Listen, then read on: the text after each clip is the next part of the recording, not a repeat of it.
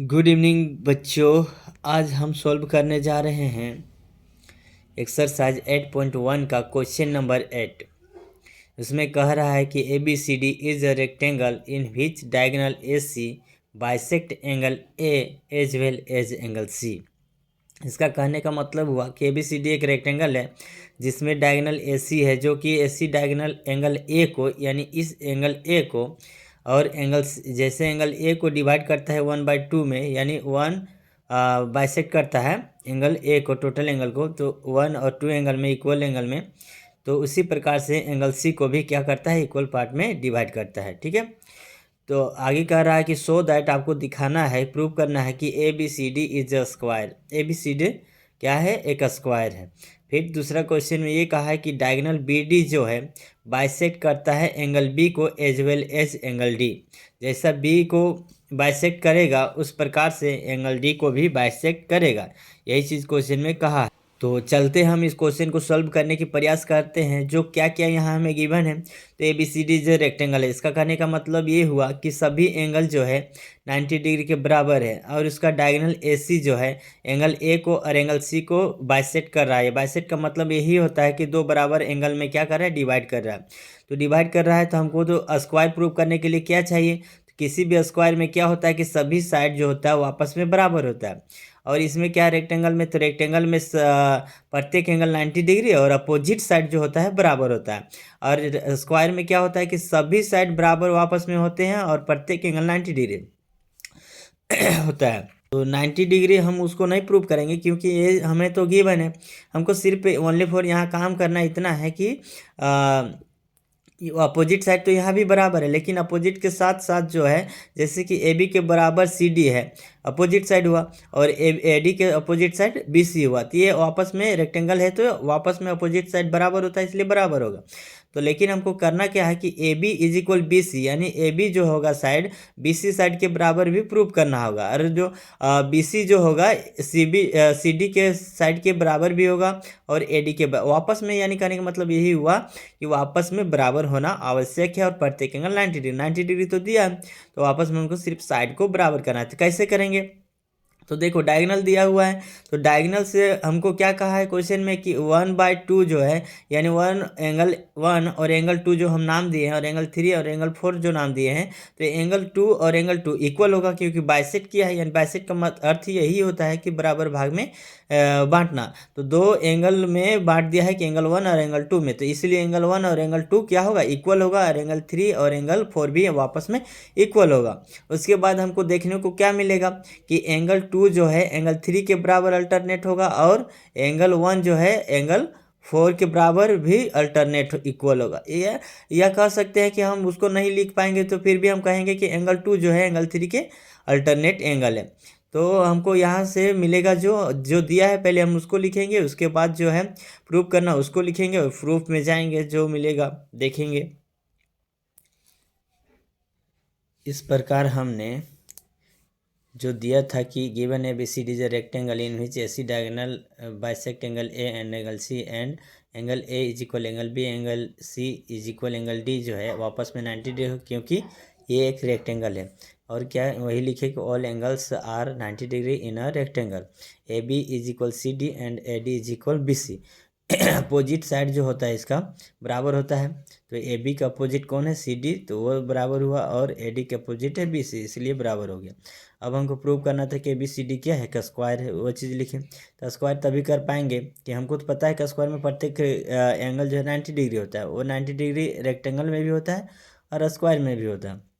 तो हमको सिर्फ यहाँ ऑल साइड को इक्वल दिखाना पड़ेगा। तो A B is equal B C लिखे और C D is equal A D लिखे। तो इसको हमको प्रूव करना पड़ेगा। जैसे हम इस सभी साइड को बराबर कर देंगे, कह पाएंगे कि वो क्या है, क्या स्क्वायर है। और बी डी डायगोनल जो है बाइसेक्ट कर रहा है एंगल बी को, तो हम अभी बी डी पर नहीं जाएंगे क्योंकि हमको स्क्वायर पहले प्रूव करेंगे। तो स्क्वायर प्रूव करने के लिए हम क्या कर रहे हैं कि इन ट्राइंगल, दोनों ट्राइंगल के लिए ए बी सी को और ए डी सी को, जिसमें हमको एंगल 1 जो है एंगल 2 के बराबर मिला क्योंकि एंगल ए को ए सी डायगोनल क्या कर रहा था, बाइसेक्ट कर रहा था। और उसी प्रकार से एंगल 3 के बराबर है हमको एंगल 4 मिला। सेम बात था कि ए सी डायगोनल उसको भी बाइसेक्ट कर रहा था, क्वेश्चन में दिया था, ये गिवन लिखे हैं, और ए सी डायगोनल बाइसेक्ट कर रहा था, इसलिए ये इक्वल हुआ। इसको हम फर्स्ट इक्वेशन मान लिए।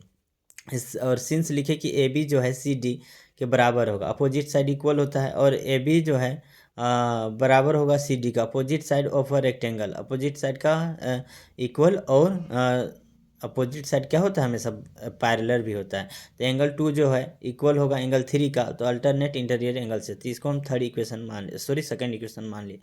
अब हम यहाँ क्या लिखें कि सिमिलरली उसी प्रकार से देखें कि ए डी जो है इक्वल है बी सी का, अपोजिट साइड ऑफ रेक्टेंगल, और A D parallel B C हो गया, क्योंकि all equal opposite side of also parallel होता है। तो क्या होता है कि अपोजिट साइड रेक्टेंगल का भी क्या होता है, पैरेलल होता है और इक्वल भी होता है, इसलिए लिखे। तो एंगल 1 इज इक्वल एंगल 4 यहाँ से मिला, एंगल 1 का अल्टरनेट कौन हुआ, एंगल 4, इसलिए लिखे कि अल्टरनेट इंटीरियर एंगल। इसको इक्वेशन नंबर हम थर्ड मान लिए। अब from first equation and third equation, second equation and third में हम क्या हमको मिलता है, तो वही मिलता है। देखो कि फर्स्ट को देखो तो एंगल 1 इज इक्वल एंगल 2, और सेकेंड को देखो तो एंगल 2 के बराबर एंगल 3 है। तो एंगल 2 के बराबर 3 है, तो हम कब पाएंगे कि एंगल 1 के बराबर 3 होगा, हाँ ऑफ कोर्स होगा। उसी से हम एंगल 1 इज इक्वल एंगल 3 लिखे, और उसी प्रकार से एंगल 2 के बराबर एंगल 4 को देखें, कहाँ से, तो इक्वेशन नंबर थर्ड में देखो कि एंगल 1 जो है एंगल 4 के बराबर है, यहाँ पे एंगल 1 जो है एंगल 2 के बराबर है, इसलिए कह पाएंगे कि एंगल 2 जो है एंगल 4 के बराबर होगा। इस प्रकार से हमने लिख दिया। अब हम इस इक्वेशन में हम देखें कि एंगल 1 जो है एंगल 3 के बराबर हो गया, देखो एंगल 1 जो है एंगल 3 के बराबर हो गया, और एंगल 2 जो है एंगल 4 के बराबर हो गया। तो अब हम कह पाएंगे कि जो है एंगल 1 का अपोजिट साइड जो है सी डी, वह बराबर होगा किसके बराबर, तो एंगल 3 का अपोजिट साइड के बराबर, यानी ए डी के बराबर। इसी प्रकार से फिर एंगल 2 और 4 इक्वल है, इसका अपोजिट साइड हो जाएगा ए बी 4 का, और एंगल 2 का हो जाएगा अपोजिट साइड बी सी। इस प्रकार से हम कह पाएंगे कि ये सभी साइड क्या है, बराबर है। तो सी को लिखेंगे फ्रॉम इक्वेशन नंबर 4 से। इस प्रकार हमने देखा कि एंगल जो है एंगल 1 का अपोजिट साइड जो था, एंगल 1 का अपोजिट साइड सी डी था, और एंगल 3 का अपोजिट साइड क्या हो गया, ए डी हो गया, और एंगल 2 का अपोजिट साइड बी सी हुआ, और एंगल 4 का अपोजिट साइड ए बी हुआ। इस प्रकार हमने इसको लिख दिया। तो कैसे लिखा, क्यों लिखा, तो हम बोल सकते हैं कि इस प्रकार हमने लिख दिया कि equal opposite side of equal opposite angle, क्या होता है कि इक्वल अपोजिट एंगल का अपोजिट साइड क्या होता है, बराबर होता है। तो वही चीज़ को लिखे, एंगल जो था 1 के बराबर अपोजिट सी डी था, और एंगल 3 के बराबर ए डी था, और बी सी के अपोजिट कौन था, तो एंगल 2 का अपोजिट बी सी था, और ए बी का जो है एंगल 4 का अपोजिट ए बी साइड था। तो इस प्रकार से हमने यहाँ पे साइड को दिखा दिया, इक्वेशन नंबर 5 मान लिया। अब हम क्या देखेंगे, तो हम यहाँ कह पाएंगे कि जो है ए बी के बराबर, इसको अगर हम इक्वेशन नंबर 6 मानते हैं, जो एबव में दिया है कि अपोजिट साइड बराबर होगा रेक्टेंगल का, तो बराबर है। तो यहाँ हमको क्या देखने को मिला, ए बी जो है सी डी के बराबर है, और ए डी जो है बी सी के बराबर है। हमको मिला ए बी के बराबर कौन, बी सी। तो हम लिख सकते हैं from equation 5 and 6 we get A B is equal B C, और बी सी इज इक्वल क्या मिला हमको, देखो यहाँ पे पहले दिया था कि बी सी का इक्वल ए डी है, बी सी के इक्वल हम ए डी लिख सकते हैं, ए डी, और ए डी के इक्वल हमने क्या देखा है, हाँ बी सी के इक्वल ए डी था, और हम बी सी के इक्वल यहाँ क्या प्रूव किए हैं, सी डी, ए डी की इक्वल सी डी, तो ए डी की इक्वल हम सी डी लिख सकते हैं, C D C D C D. इस प्रकार हमने लिख दिया। तो यहाँ देखने को मिला ए बी के बराबर बी सी, और ए डी के बी सी के बराबर ए डी, और ए डी के बराबर सी डी। हमने सभी साइड को क्या कर दिए कि इक्वल कर दिए। तो अब क्या हो जाएगा, ये एक क्या हो जाएगा, स्क्वायर हो जाएगा। तो हम कह पाएंगे कि हियर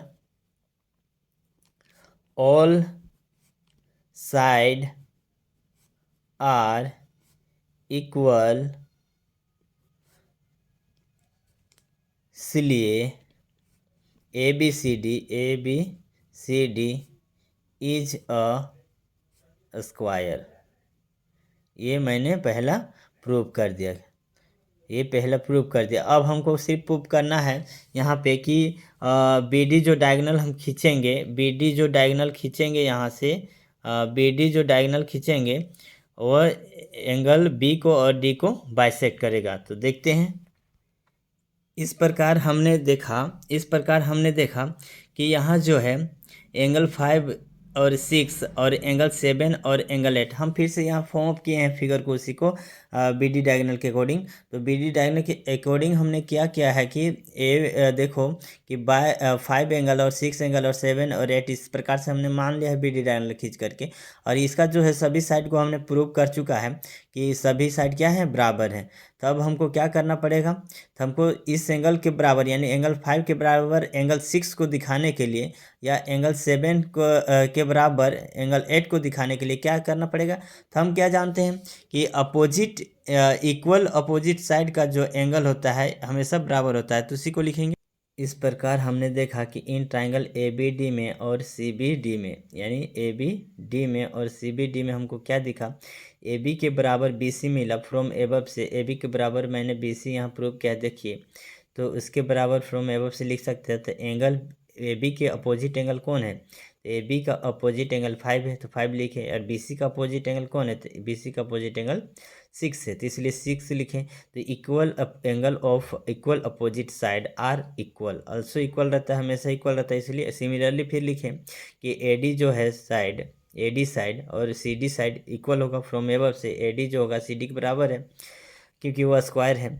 तो सिंस इसलिए क्या हो गया कि एंगल 7 जो हो गया, एंगल 7 देखो ए डी का अपोजिट एंगल हो गया और सी डी का अपोजिट एंगल 8 हो गया। Equal angle of equal opposite side are equal. इसीलिए हम कह सकेंगे कि यहाँ इसको हम मान लिए 8 इक्वेशन, इसको हम मान लिए 7 इक्वेशन। तो फ्रॉम इक्वेशन 7 एंड 8 बी से दैट कह सकते हैं कि बी डी डायगोनल जो है बाइसेक्ट करता है एंगल डी को एंड बी को। इस प्रकार हमने प्रूव कर दिया। तो कहीं भी अगर कोई दिक्कत हो तो इसे कमेंट में ज़रूर बताइएगा। और इसे अगर अच्छा लगे तो शेयर एंड सब्सक्राइब ज़रूर कीजिएगा। Thank you, all of you.